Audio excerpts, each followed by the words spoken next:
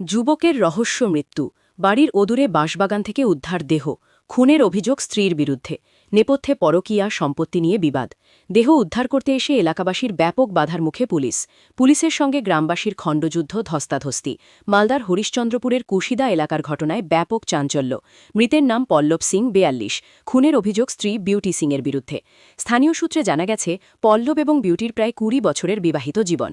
11 বছরের একটি পুত্র সন্তান রয়েছে তাদের, কিন্তু বিগত কয়েক বছর ধরে দাম্পত্য বিবাদ চলছিল।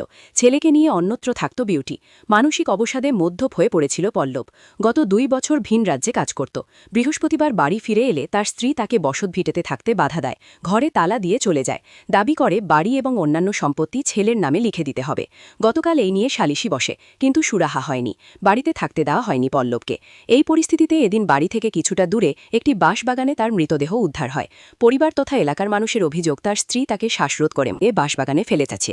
আইসি মনোজিৎ সরকারের নেতৃত্বে হরিশ্চন্দ্রপুর থানার পুলিশ দেহ উদ্ধার করতে আসলে এলাকার মানুষের সঙ্গে ব্যাপক ধস্তাধস্তি হয়, যা নিয়ে প্রবল উত্তেজনা ছড়িয়ে পড়ে। পরবর্তীতে পুলিশ দেহ উদ্ধার করে মালদা মেডিকেল কলেজ হাসপাতালে পাঠিয়েছে ময়নাতদন্তের জন্য। গ্রেফতার করা হয়েছে স্ত্রীকে, যদিও ক্যামেরার সামনে খুনের অভিযোগ অস্বীকার স্ত্রীর।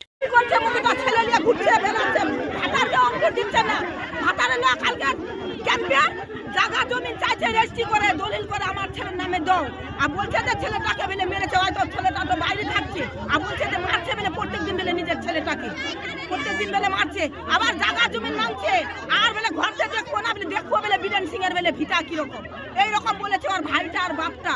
আর কালকে বন্ধ করে রাত্রে বেলে দেখছে, রাত্রে বিচার হলো ক্যাম্পের পুলিশরাও বিচার করেনি, ক্যাম্পের পুলিশরাও ঘোষ খেয়েছে, বিচার করেনি।